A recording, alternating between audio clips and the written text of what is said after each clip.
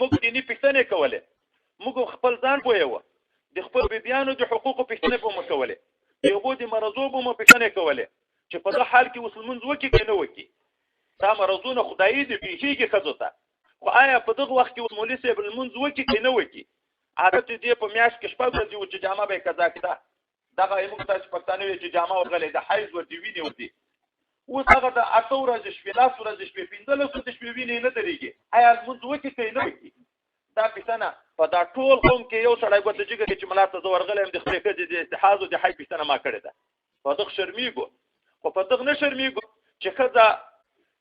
سیمپل کو ورویلګو عادت خایسته کو مخې مرلوتوي بدی مرتوري سرګي مرتوري کو په نتونه مرتره کو ورخوشي کمیندانو ته دا نه شرمېګو په دغه شرمېګو چې د خدای دین په باب کې دی یو پښتنه وکړي یو عالم نه کده پښتنه کړی شي نه یو څوک د خدای د پاره پښتنه کوي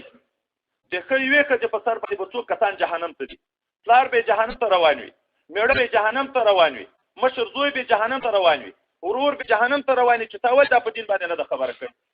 د خود د حکم دا چې دا ستر وي په کور کې قران دا ورته ولا تبرجن تبارج الجاهليه الاولى وقرن في بيوتكن په کور کې د نه کې نه دی باندې بنوځي